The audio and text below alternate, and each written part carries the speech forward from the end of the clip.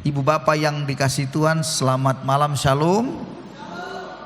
Ya saudara-saudara, kita sudah ada di penghujung ya tahun, dimana hari ini hari yang terakhir, tinggal hitungan jam kita akan menyelesaikan tahun ini. Ya saudara-saudaraku, menyelesaikan tentunya kita akan coba untuk merenung sejenak apa yang Tuhan sudah kerjakan bagi kita selama 1 tahun ini.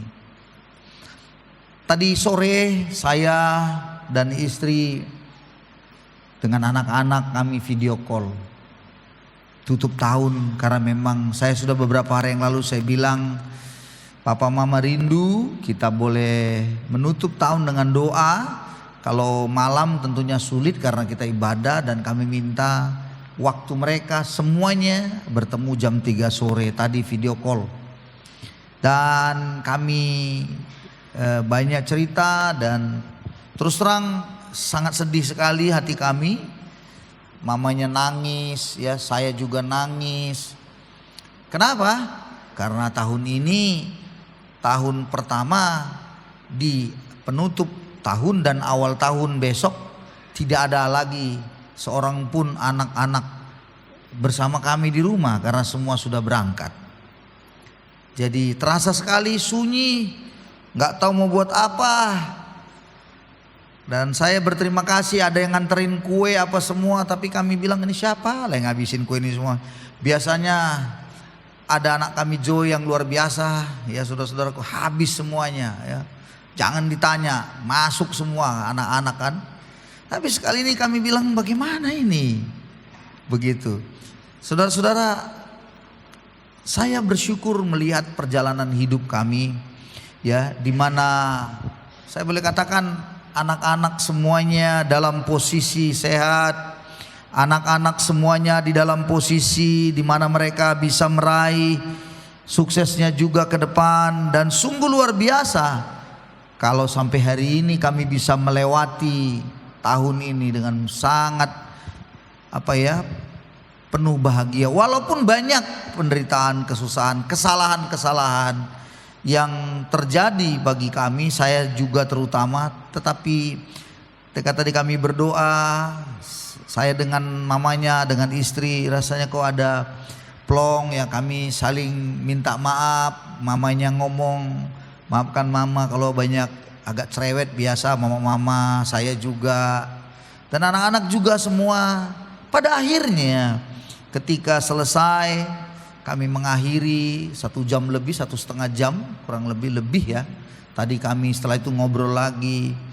Pada akhirnya mereka semuanya kami tanya harapan tahun depan, apa yang mau dikerjakan. Ya itulah yang namanya hidup. Ya pada akhirnya seperti itu. Dulu sebelum menikah mau cepat-cepat menikah. Dulu waktu saya masih lajang, masih ingat, tidak akan pernah saya lupa bagaimana mendapatkan Ibunda Pertiwi ini. Susah payah sekali, luar biasa. Turunan raja, ya raja gugu gitu ya saudara. Turun susah ngambilnya, berat betul. Ada yang di sini pasti ada jadi saksi-saksi hidupnya. Itu sangatlah berat. Tapi perjalanan itulah pada akhirnya memang segala sesuatu yang menyulitkan kita, keadaan yang menyulitkan akan menghasilkan generasi yang bertahannya itu luar biasa, tahan uji. Dari generasi yang tahan uji itu katanya dia akan menghasilkan sebuah generasi yang akan bisa menjadi sukses. Tetapi siklusnya katanya lagi, generasi yang sukses dan semuanya itu udah sukses akan menghasilkan generasi yang mulai nyaman, mapan, senang. Dan generasi yang sudah nyaman, senang dan sukses tadi akan menghasilkan generasi yang menyulitkan dirinya sendiri. Begitu siklusnya begitu. Jadi pada akhirnya saudara-saudara, kesulitan demi kesulitan, tantangan demi tantangan dalam kita menjalani hidup, itu sebenarnya sedang membentuk kita menghasilkan generasi yang tangguh. Jadi waktu generasi tangguh sudah dihasilkan, maka kita harus mengingatkan anak-anak kita betapa beratnya, betapa susahnya, betapa sulitnya dalam penderitaan di masa lalu, supaya anak-anak kita bisa menghargai apa yang dia peroleh pada hari ini. Itulah yang sebenarnya kami sedang mau kerjakan. Karena nanti kalau sudah nyaman, mereka sudah sukses, sudah nyaman, itu nanti generasi selanjutnya akan menghasilkan generasi yang lebay, yang loyo, yang tidak tahan uji, yang akan kembali lagi bisa di masa susah lagi akan kita hadapi. Itu sebabnya kalau kita punya anak hari-hari ini, anak-anak kita sudah jauh lebih baik daripada kita. Susah pahitnya yang kita alami dahulu, itu membuat mereka menjadi orang-orang yang akhirnya tahu untuk bekerja keras, memiliki kerinduan untuk nyaman, untuk sukses ke depannya. Dan itu sangat baik. Tetapi jangan pernah lupa bahwa kita perlu membagikan kehidupan kita di masa lalu, mengingatkan di masa lalu bagaimana beratnya perjuangan hidup ini. Saudara-saudara, itulah yang kami ceritakan pada mereka semua. Ya, dengan apa impian-impian biasa. Grace punya impian ke depan. Theo nanti begini, kalau kerja lu begini Pak, kami nanti akan begini, begana, begitu. Si kembar masih belum terlalu apa, tapi dia sudah mulai berkata, iya nanti aku akan begini. Jadi saudara-saudara, ada sesuatu yang memang mereka harus kejar, capai di tahun-tahun ke depan. Nah, itu sebabnya topik pada hari ini saya ingin membagikan kepada saudara sebuah topik yang hidup adalah sebuah perjalanan. Katakan bersama saya, hidup adalah perjalanan. 2, 3 ya. Perjalanan yang kecil atau langkah yang kecil yang Anda dan saya lakukan, ya, sebelum kita sampai perjalanan ribuan mil, telah kita mulai dari satu langkah kecil dalam kita menjalani hidup ini. Satu langkah kecil itu sangatlah bermanfaat atau bisa jadi menentukan dalam perjalanan kita di masa depan. Itu sebabnya langkah-langkah kita, besok kita mulai tahun baru kita, mulai dengan langkah kecil yang baik, ada perubahan. Besok kita ibadah, saya akan membagikan tentang segala sesuatu dibuat Tuhan baru untuk kita. Jadi kita langkah kecil yang hari di masa lalu, di tahun baru 2025 maksudnya, itu telah membuat kita langkah demi langkah mencapai berbagai hal di tahun 2025 dan diakhiri pada hari ini.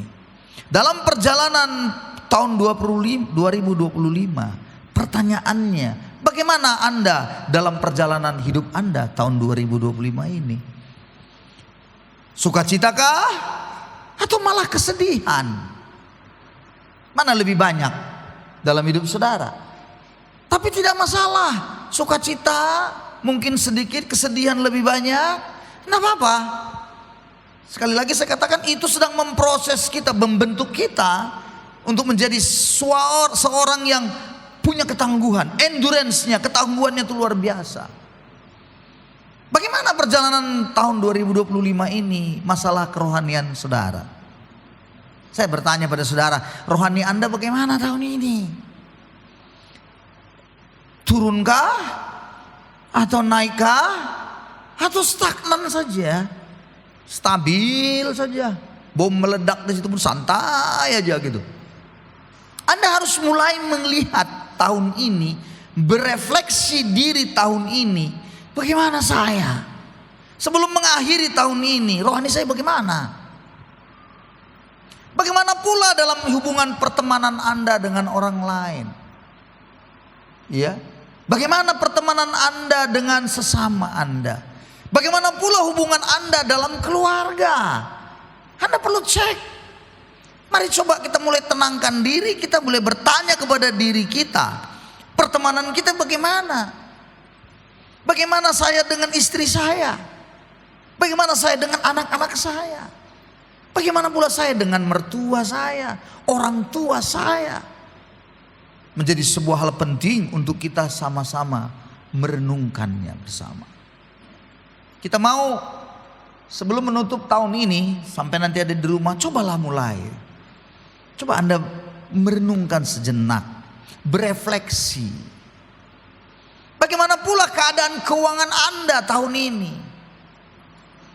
Bagaimana? Kalau saya bilang saya sendiri kacau, mengalami sebuah kekacauan karena kesalahan-kesalahan yang saya lakukan. Tapi saya tidak tahu bagaimana Anda. Tapi semua itu jangan menjadi sebuah hal yang membuat Anda menyesali diri, tapi jadikan itu sesuatu pelajaran berharga untuk Anda bisa naik lagi gimana menjalani hidup ini. Dan pada akhirnya saya akhiri itu sebuah perenungan kita tutup tahun ini. Manakah lebih banyak, kegagalankah atau keberhasilankah yang kita raih tahun ini? Itu sebabnya perlu sebuah evaluasi. Sekali lagi perlu sebuah evaluasi diri.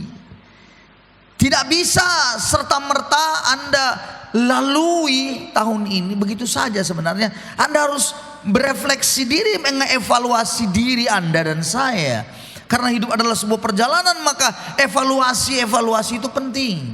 Jangankan begitu, dalam sebuah dunia bisnis selalu ada evaluasi. Pekerjaan di kantor selalu ada evaluasi demi evaluasi.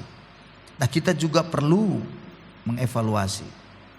Jadi coba renungkan dalam kesendirian Anda atau bersama dengan pasangan atau keluarga. Bisa Anda renungkan sebelum Anda tidur malam ini. Anda coba, ya Tuhan, bagaimana hidup saya tahun ini? Rohaniku bagaimana? Apakah Anda mengingat Tuhan sungguh-sungguh semakin baik tahun ini? Apakah Anda sudah membaca firman Tuhan dengan teratur tahun ini? Bagaimana dengan teman-teman Anda? Masih adakah dendam Anda pada teman-teman Anda? Mari semuanya kita coba selesaikan pada malam ini. Amin saudaraku. Itu sebabnya Efesus 5 ayat 15 dikatakan begini. Karena itu perhatikanlah dengan seksama bagaimana kamu hidup. Jangan seperti orang bebal, tetapi seperti orang arif. Jangan seperti orang bebal yang gak bisa dibilangin maksudnya. Harusnya Anda perhatikan dengan seksama bagaimana kamu hidup, kita hidup. Tapi kita paling sering pandai melihat bagaimana orang hidup. Ngerti gak maksudnya? Tapi kita sulit memikirkan, melihat bagaimana saya hidup. Tapi kalau orang lain hidup, wadah pintar kali. Sampai kita bisa mengevaluasi orang dengan luar biasa. Seorang pimpinan di dalam sebuah instansi, itu paling sering sekali. Luar biasa kalau dia mengevaluasi orang lain, anak buahnya, jago. Tapi apakah dia bisa mengevaluasi dirinya? Inilah susahnya kadang-kadang. Sama seperti saya juga. Saya harus belajar betul-betul, saya evaluasi Anda semua. Yang ini rajin, yang ini enggak, yang began, yang ini sungguh-sungguh. Itu evaluasi saya. Tapi bagaimana dengan saya? Itu kembali lagi kepada kita masing-masing. Itu sebabnya evaluasilah diri kita sendiri. Akhir tahun ini kita sudah akhiri hari ini. Evaluasilah. Jadi sebelum meninggalkan tahun ini, saya berikan beberapa pesan penting. Sebelum meninggalkan tahun ini, satu, tidak boleh tidak mengucap syukurlah atas penyertaan Tuhan sepanjang tahun ini. Mengucap syukurlah. Jadi di rumah mengucap syukurlah terlebih dahulu buat semuanya apa yang Tuhan sudah berikan pada kita. Mengucap syukur, jangan selalu berpikir ada yang belum. Jangan selalu berpikir ini belum. Jangan mikirin yang belum. Pada hari Minggu kemarin kan saya sudah bilang kan, waktu kita bertemu, waktu kita ibadah, jangan lihat yang belum. Lihat bagaimana yang Tuhan sudah sediakan, siapkan, selesaikan dalam sepanjang hidup tahun 2025. Bersyukur, bisa sehat saja bersyukur, amin ya. Bersyukur, sehat benar loh, sehat saja bersyukur. Saya sangat bersyukur sekali. 30 tahun aku di Nias ini, belum pernah aku opname. Bukankah itu bersyukur? Yes, itu bersyukur. Tak pernah sekalipun aku sakit opname itu. Sakit-sakit ya ada, darah rendah. Kadang-kadang tensiku memang turun. Penyakit apa? Batuk, biasa. Tapi tidak sampai opname, itu anugerah Tuhan yang besar. Maka oleh karena itu saudara-saudara, coba lihat semua kebaikan-kebaikan Tuhan. Hari Minggu yang lalu saya sudah bilang, mengapa kita bisa lupa kebaikan Tuhan? Nah itu menjadi hal yang sangat penting untuk kau renungkan. Bapak Ibu semua kita renungkan. Mengucap syukur. Yang kedua, mohon pengampunan Tuhan untuk semua kesalahan kita. Dan disinilah kita kadang-kadang perlu suami istri. Bisakah kita saling mengakui salah kita? Supaya Tuhan mengampuni. Kita jangan cuman ke Tuhan mohon pengampunan, tapi coba kita ke sesama. Bisa nggak kita datang dan berkata, iya saya harus mengakui salah saya. Karena ini tutup tahu. Jangan sampai ada pula. Saya pernah mendengar gitu. Suaminya bilang begini, Ma, aku salah banyak. Aku minta maaf lah, Ma. Aku mau belajar begini-begini. Jawaban istrinya luar biasa. Ya aku maafkan, tapi ya itulah kau lakukan lagi nih, itu nanti, tengoklah nanti. Begitu katanya saudara. Oh, sampai saya bingung dengarnya gitu. Ya, kenapa kok diimaninya suaminya akan melakukan lagi? Astaga. Sama juga. Ya, istrinya bilang begini. Pak, aku minta maaf lah Pak untuk semuanya kesalahan. Apa kata suaminya? Nggak bisa lagi kau memang udah begitu, memang dicetak biru kan kayak gitunya kerja. Merepetnya kau terus. Udahlah. Nggak ada pun gunanya kau minta maaf itu. Udah memang begitulah kerjamu, katanya saudara-saudaraku. Apakah saya bertanya pada saudara, apakah itu benar seperti itu? Tetapi ingat ya, pengampunan itu kita mengampuni bukan berarti dia tidak akan melakukan kesalahan. Tetap kita buka ruang dalam hati kita untuk tetap belajar mengampuni juga. Dan itu tidak gampang memang. Iya, tidak gampang. Tapi belajar kita untuk mengampuni. Jadi mohon pengampunan Tuhan dan kita mengampuni. Katakan amin. Yang ketiga, menyerahkan beban yang mungkin terlalu berat bagi kita. Besar sekali rasanya, berat sekali rasanya yang kita pikul. Kita datang pada Tuhan, kita bilang, Tuhan, ini masalahku ini Tuhan, tahun 2025 ini. Anda bisa menangis, Anda bisa berteriak dengan Tuhan, kepada Tuhan. Ya, enggak apa-apa. Selesaikan tahun ini dan serahkan. Tapi aku serahkan bebanku ini Tuhan. Supaya Anda memasuki tahun depan, Anda sudah mulai mendapatkan sebuah damai sejahtera di mana Tuhan akan menolong Anda lebih lagi tahun depan.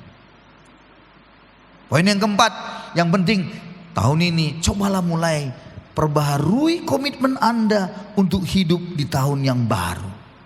Komitmen apa? Saya tidak tahu. Apa komitmen Anda? Dalam komitmen keuangan kah? Dalam hal Anda itu kebiasaan-kebiasaan yang salahkah? Ada orang punya kebiasaan-kebiasaan yang buruk, yang salah terus-menerus, tapi dia berkata, aku Tuhan tahun depan aku akan memperbaharui lagi kebiasaanku. Aku akan berubah Tuhan. Dan doa-doa Anda itu akan sangat menolong Anda. Diingatkan Roh Kudus Anda untuk berjaga-jaga dengan kebiasaan buruk itu lagi. Karena memang hidup kita di dalam dunia ini banyak kali godaannya. Dunia ini dengan segala jenis keinginannya katanya. Kitab 1 Yohanes bilang keinginan dunia ini, di dalam dunia ada keinginan daging, keinginan mata, dan keangkuhan hidup. Itulah dunia ini. Kadang-kadang kita terjatuh atau kadang-kadang kita tergelincir dengan keinginan daging, kadang keinginan mata, atau kadang-kadang keangkuhan hidup.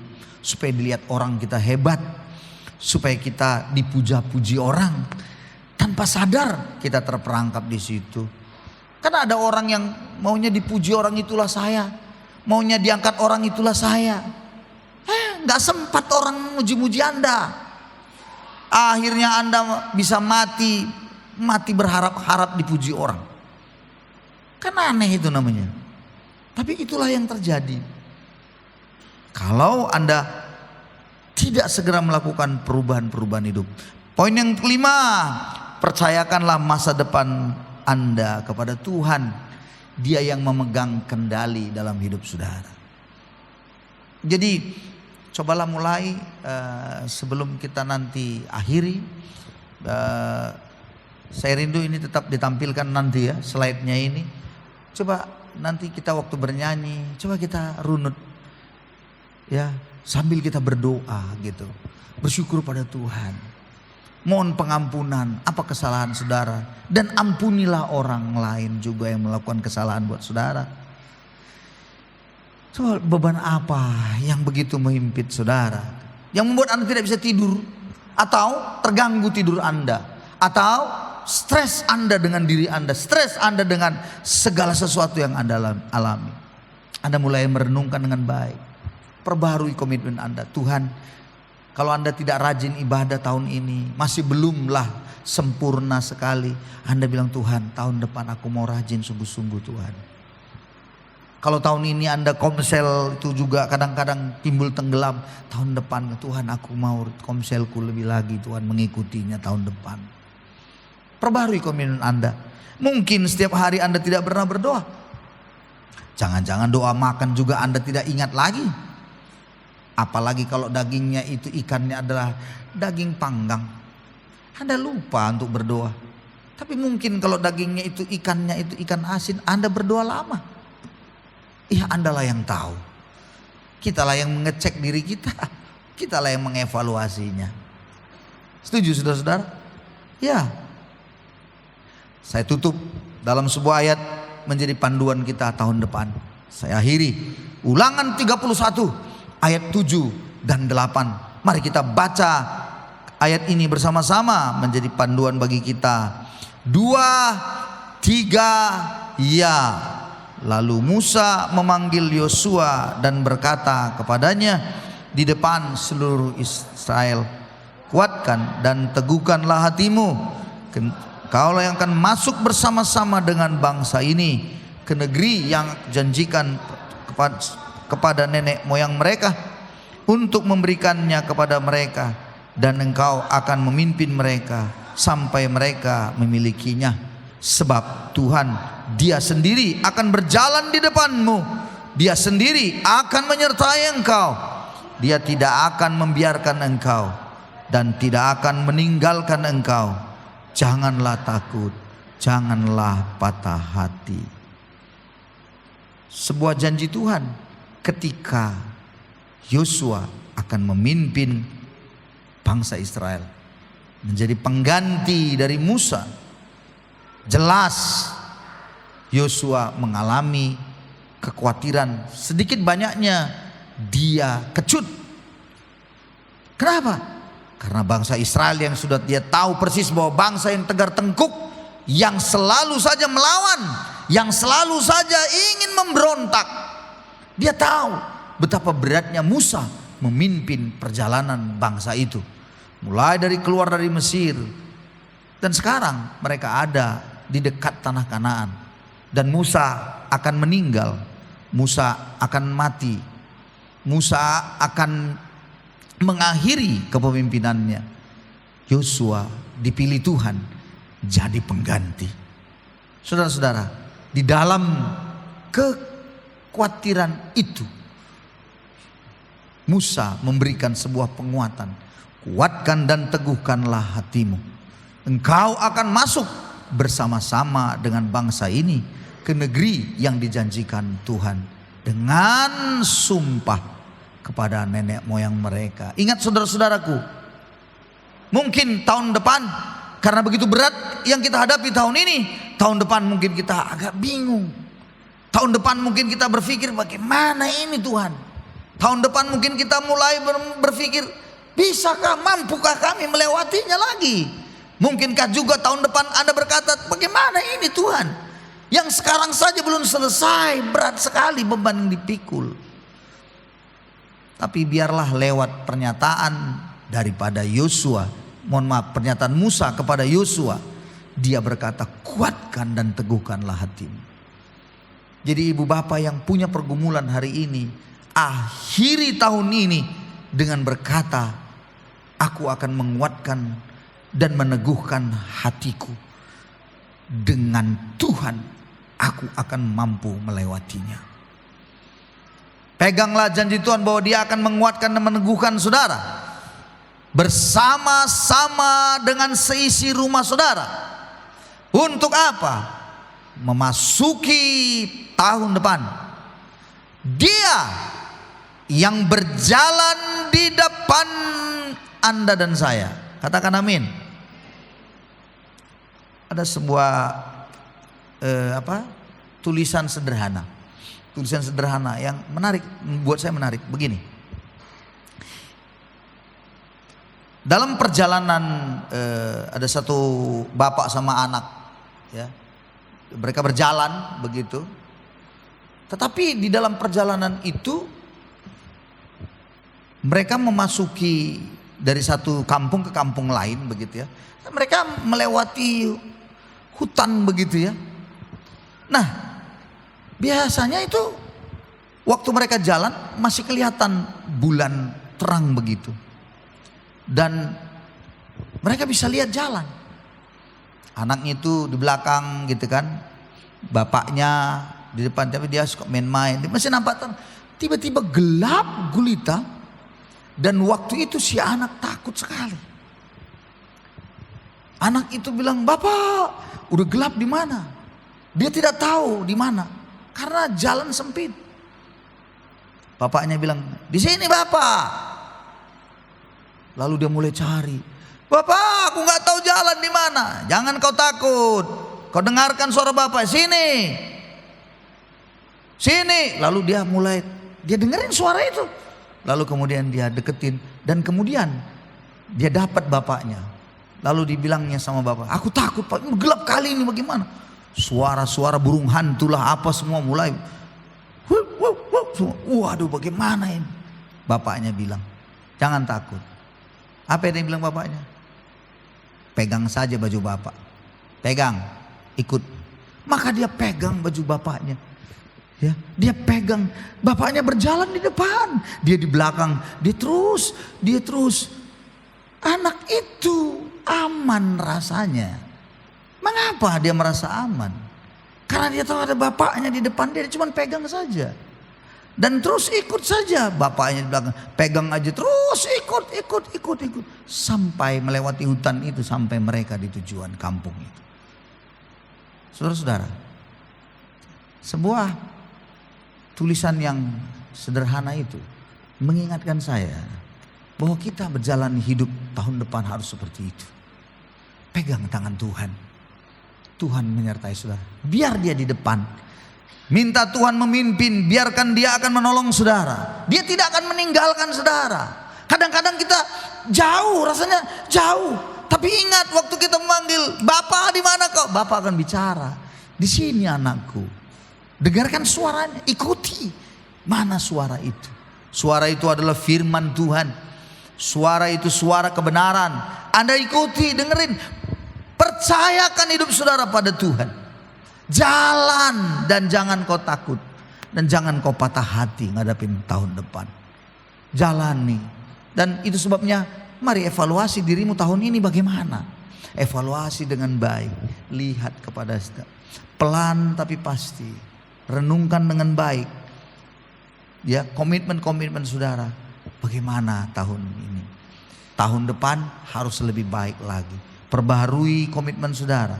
Jalani tahun depan dengan keyakinan yang pasti bahwa dia berjalan di depan saudara dan saya. Amin, saudaraku. Mari kita akhiri tahun ini. Kita tutup tahun ini dengan lihat kembali tayangan tadi slide sebelumnya. Mari kita tutup ya, mengevaluasi diri kita dengan kita memperhatikan dengan seksama. Mari semua pemain musik memperhatikan dengan seksama bagaimana kita hidup.